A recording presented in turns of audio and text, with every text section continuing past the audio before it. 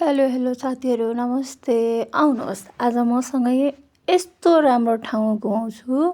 काठमाडौँबाट जम्मा बाटो नै खिच्न बिर्स्यो। यो हो चन्द्रगिरीमा रहेको शान्ति स्तूपा। मच्छे गाउँबाट जान मिल्छ। यस्तो राम्रो रहेछ के, अब यो बन्दै पनि रहेछ होइन। यस्तो राम्रो, यहाँ कति धेरै मान्छेहरू मर्निङ वाक गर्न आउनु हुँदो रहेछ। म पनि बिहानै गएको थिएँ।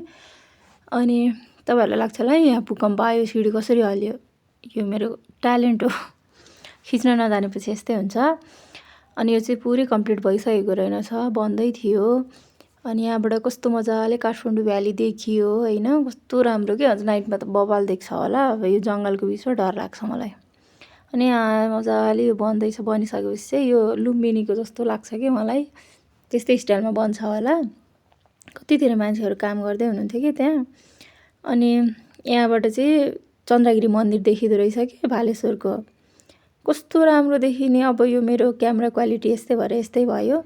केही टाइमपछि त मेरो नि राम्रो आउँछ नि। फर्किन्छु म त्यहाँबाट, यसरी फर्किँदै थिएँ, यस्तो गलेको थिएँ है। कसले बोल्यो भन्ने लाग्छ होला नि त। अनि फर्किँदै थिएँ, त्यसपछि पनि फेरि ठ्याक्क रोकिन्छु क्या म। यहाँनिर रोकेर यसो हेरेर हुन्छु क्या जङ्गलहरू।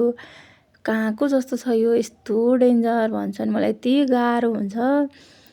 अनि म घुम्न गएर नि सकिसक्छु। यस्तै साथी हो, घुम्न जानुपर्छ बेला बेलामा। यस्तो गाह्रो नि हुन्छ, गाह्रो पिरो सब झेल्नुपर्छ। Okay, bye by.